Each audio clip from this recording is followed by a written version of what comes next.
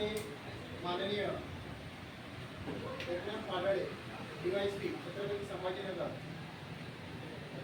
सरांचा ना माझा परिचय एक नुकताच मला एक फोन आला होता. सरांची नुकतीच बदली झाली बुलढाणा इथं PI म्हणून.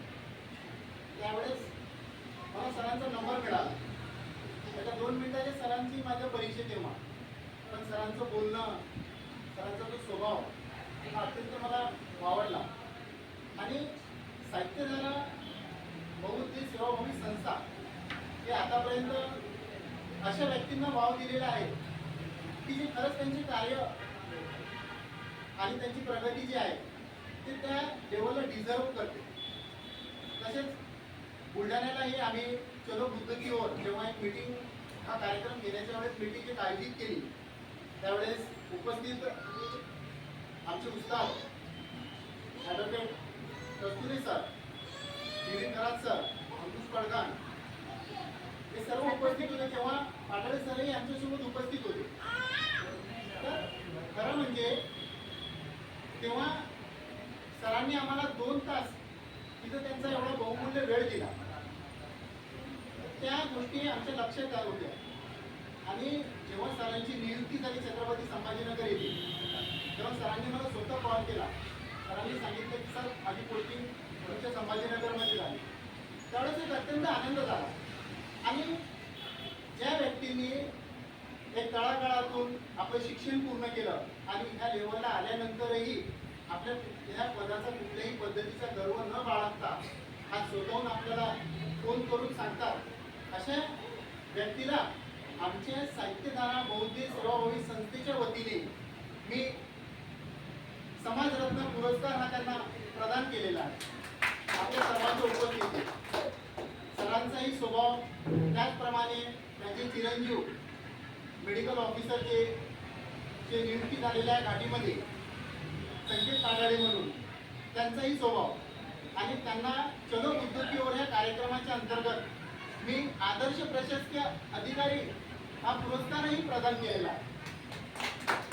त्याचप्रमाणे माझे आदर्श स्थान माननीय सुभाष शिंदे RPIचे ज्येष्ठ नेते तथा सम्राट अशोक यांचे संपादक, त्यांचे सदैव मला मार्गदर्शन लाभले.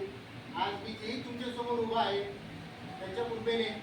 आणि विशेष म्हणजे माझ्या सुखदुःखामध्ये नेहमी सोबत असणारे साहित्य क्षेत्रातील अत्यंत प्रभावी व्यक्तिमत्व, मी त्यांना ज्या वेळेस नेपाळला येथे घेऊन गेलो तेव्हा नेपाळला आमचा एक बहारदार कार्यक्रम त्यांच्यामुळे आज यशस्वी झाला.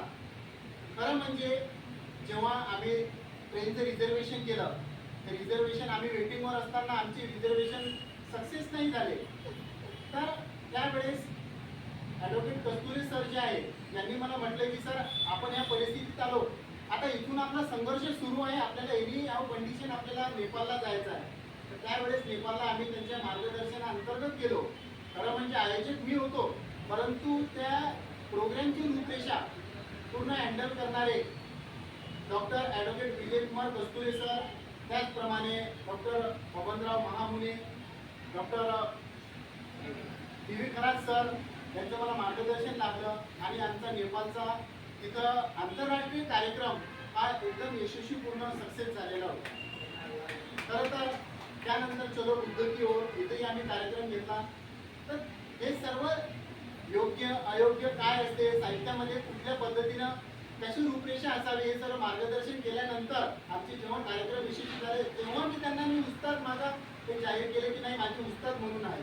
आज तुम्ही सर्व उपस्थित झाले, माझा एक फोन आला की तुम्ही लगेच तयार झाले. खरं म्हणजे शीतल शेकोकार मॅडम यांचंही मुलाचं कार्य आणि त्यांचं सतत मार्गदर्शन मला राहिलेलं आहे. कारण एकटा व्यक्ती हा एक जो त्या लेवलला पोहोचतो तर त्याचं यश नसते, त्याच्या पाठीमागे एक इनविजिबल हँड म्हणतात, म्हणजे अदृश्य हात. आणि तो अदृश्य हात हा तुमच्या सर्वांचा माझ्या पाठीशी आहे. त्यावेळेस हे साहित्यधारा बहुउद्देशीय सेवाभावी संस्था हे चांगल्या पद्धतीने कार्य करत आहे. त्याचप्रमाणे वैशाली ताई ताडे, त्यानंतर नवीन आम्हाला आज सदस्य म्हणून लाभलेले आहेत गोदावरीताई जगदारे मॅडम, त्याच्यानंतर मंगलाताई गर्दे ह्या केव्हाही नेहमी आम्हाला सपोर्टिंग घ्यायच्या. त्याच्यानंतर त्यांनी आम्हाला एक शब्द बोलले की दादा तुम्ही म्हटलं तर आम्ही लगेच ताबडतोब तुमच्या कार्यक्रमाला येऊ. त्यांचे सहकुटुंब परिवार आला. त्याचप्रमाणे माझे सहयोगी सुहास जोशी म्हणून हेही नेहमी मला सदैव मदत करत राहतात.